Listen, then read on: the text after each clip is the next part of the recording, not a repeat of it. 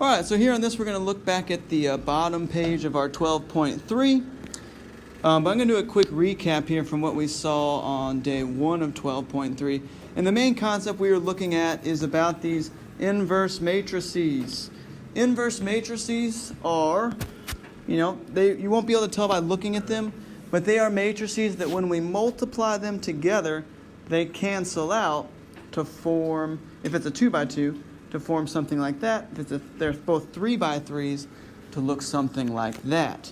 And these are called the identity matrix. And this is essentially the matrix equivalent of the number 1, which means if I multiply by those, nothing changes. And that's how we'll ultimately cancel out matrices, is by multiplying them by their inverses.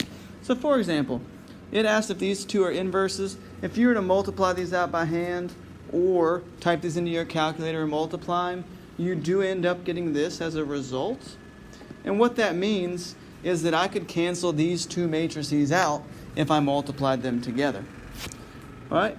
And then this one here, our A and B inverses. If you do this one by hand, you'll realize you do not get this answer, which means these two matrices are just two random matrices. They are not inverses. They would not cancel each other out. And you determine if matrices are inverses or not by multiplying them and see if you get these guys here. All right? If you do, they're inverses. If not, they're not. And we'll start to work more on that and actually using that as we move forward. All right. So a new term here for us is something called the determinant. Every real number matrix has a determinant. And in odd enough way, what the determinant does is it just helps us determine things.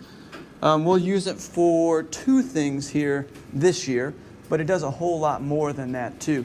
You don't have to know why the determinant works or where the formula came from or anything like that. It's pretty complicated. You'll cover that in like a matrices class in college. But it helps us do various tasks. It'll help us find inverses. It's also going to help us today on finding the area of triangles, kind of from a geometry standpoint. And it's very easy to calculate on 2 by 2 matrices. Here's how you find it. You multiply these two numbers, and then you subtract it by the other two numbers multiplying. And there's the formula right there. AD minus BC. After we practice a couple of these, you'd be able to do 100 of these in 50 seconds. They're very, very easy. So let's actually go through and try some of these. All right. And they'll ask you to find it sometimes by just putting DET, which stands for determinant, out in front of a matrix. Here's all you do. 3 times 4 is 12. And then, if you look back on the formula, it has a subtract in there. This always comes from the formula, looking back on that. So don't forget that. We subtract it with the other direction, which would be 5 times the negative 2 to get us a negative 10. The double negatives will cancel out, and you'll get a 22. All right? So there's never really a reason to miss a 2 by 2 determinant. You just multiply two numbers, subtract it from going the other way. I guess you could get confused on which diagonal comes first, but it's kind of like the way we write documents. You start up in the top left. We'll always start top left on our determinants. So that's what can help you remember to do this diagonal first. So here on this one, it wants us to find the determinant. Some people like to go ahead and toss their subtraction sign in to help them remember that it's always a subtraction sign. We start, let me even do this. Start top left.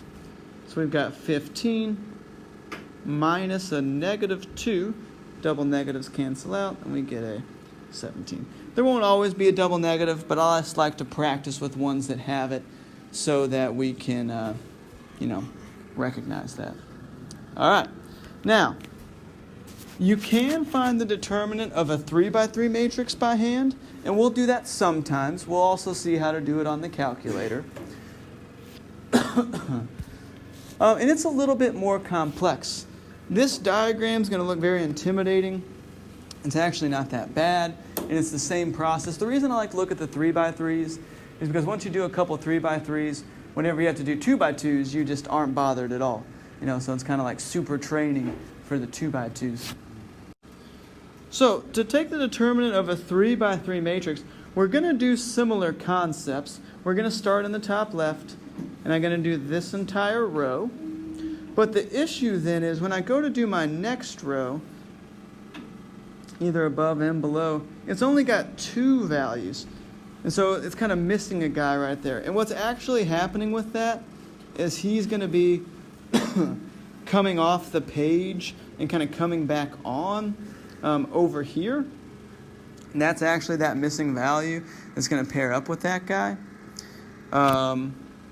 But instead of going off the page and coming back on, kind of like a Pac-Man situation where he goes off one side of the screen and comes back on the other, what we do to make this process a lot easier is you just rewrite these first 2 columns. You will simply rewrite these first 2 columns over here to the side. And what that allows us to do is now grab all 3 diagonals without having to go off the page. So I'll have this diagonal in green. I'll have this diagonal in blue. And we'll have this diagonal in red. Okay? So rewriting those first 2 columns allows us to not have to go off the page to come back on to grab the other numbers. Alright, so just like in the problem above, you multiply down these diagonals. So I'll kind of write it underneath them here. The green diagonal, 1 times 4 times 2 would be an 8. These will get added up. All 3 of the individual components get added up. So 0 times all that stuff, 0 times anything is 0. And then in the red diagonal, there's another 0, so all those go away as well. So what you do is you group up all your kind of top left to bottom right diagonals, and you add up the different components. And then we are going to subtract. That's the same subtract from the original formula. And now we need to do our diagonals going back in the other direction. And they will get added up as well, but then we'll just subtract the entire group. Okay, so let's do our backwards diagonals here. And you're just looking for groups of 3. So I've got this one, which is 3, 4, and a negative 2. So 3 times 4 is 12. Times negative 2 is a negative 24. Then when we have our next diagonal, I've got 5, negative 1, and a 1, which would give us a negative 5.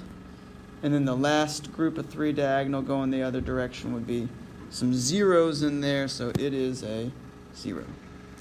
Simplify some math, so this is 8. Subtract negative 24 plus a negative 5 would be a negative 29. That's a double negative there, so we'd end up with 37. All right, and then in the problem below, we're going to see what are some of the things that a determinant can do for us, and how do we find a determinant using our calculator to spare us from doing this process.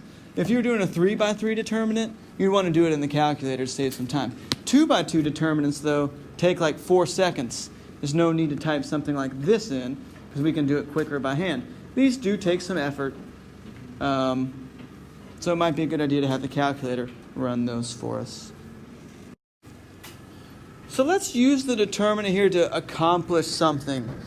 This would have been very nice, maybe back for you guys in geometry, if you would have known this existed.